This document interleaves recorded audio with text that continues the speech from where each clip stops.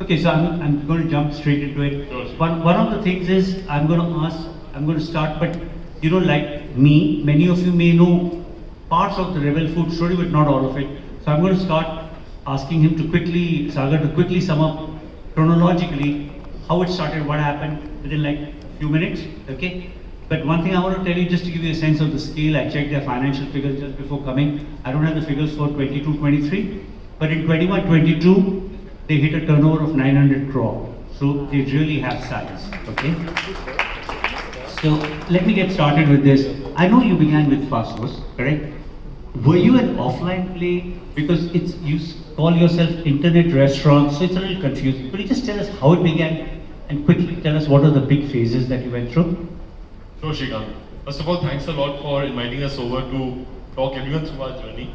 And apologies to everyone that actually it was not the previous session, it's me who is between your lunch. I just had also heard the bell ringing and everyone being rushed inside. So I'm very sorry for that. Meanwhile, if you're hungry, you can download the Eat Sure app and get the food delivered here on show. So yeah, so the journey, if I start the journey and I try to cover all the phases, I think we'll have to kill all the other sessions. And for the reason which I would try to be crisp and touch upon our critical, we call them the light bulb moments. And fundamentally, there have been 3 light bulb moments in our journey.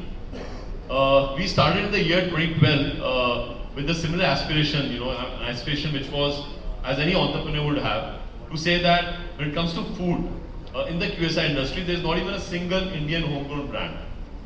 So that was the passion, that was the enthusiasm with which we started Fassos, a category which was a lot more Indianized wraps and meals. I don't know how many of you know the full form of Fassos, interestingly stands for Fanatic Activism Against Substandard Occidental Shit. So it was really a lot of passion and rigor in there. We started with that, and in the couple of years, 2012, we got seed rounds and we started scaling up our stores. Till 2014, we scaled up to about 30-40 stores, and that is when we had an awakening, or rather kind of a realization that if we were to be the largest, it would take us like hundreds of years. If you look at the largest entity in this space, the McDonald's of the world, which took about hundreds of years to be 40,000 restaurants, and we want to replicate that play in India, where the real estate is very expensive. A few spokespersons spoke about it, and the real estate is very crunch. Some other realization like the rental to revenue ratio was about 20%. Also, some very interesting insights that happened was the fact that while we were always like even the convenience, the e-commerce had not entered the food back then, but we were always ahead on the curve when it came to the digitization of food ordering. Like we were the world's first restaurant to have ordering by Twitter and so on and so forth. So almost 70% of our orders were happening through delivery. We did a quick survey with our consumers to understand that. But when you began, you didn't intend home delivery at all. You thought of it as a retail chain, right? Yeah, but then the stores were designed, the play that we were trying to come up with was that it was a lot more leaner model, the paybacks were better, we would break even a matter of 6-7 months, and it was very delivery friendly, and also the category for the matter was a lot more quick on the go. Sure.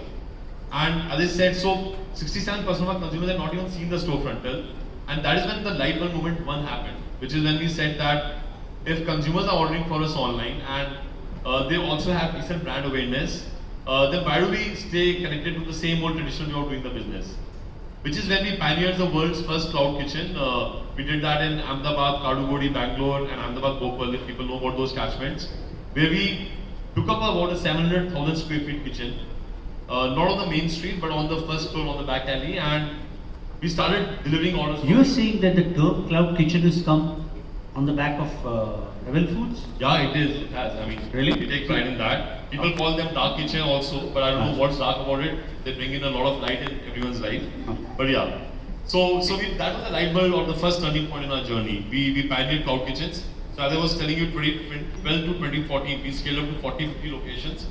2014 to 2016, we scaled up to 160 locations. Another 100 of them. No, cloud kitchens. Only cloud kitchens. We converted a lot of our old Fassos store, which I'm sure a lot of us would have seen in the olden days. Even they got converted to the cloud kitchen. But you still had only one brand, one food We brand. still had only one brand, which is when the second interesting light bulb moment happened. Which is when we looked at the larger landscape, right? We obviously started to be the largest wrap QSR chain of India. We realized that the opportunity was not limited to being the largest wrap operator or a burger operator or a pizza operator.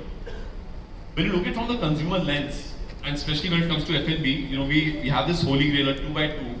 On one axis, you have your meal serving size, like regular the value meals or the indulgence meal, and on the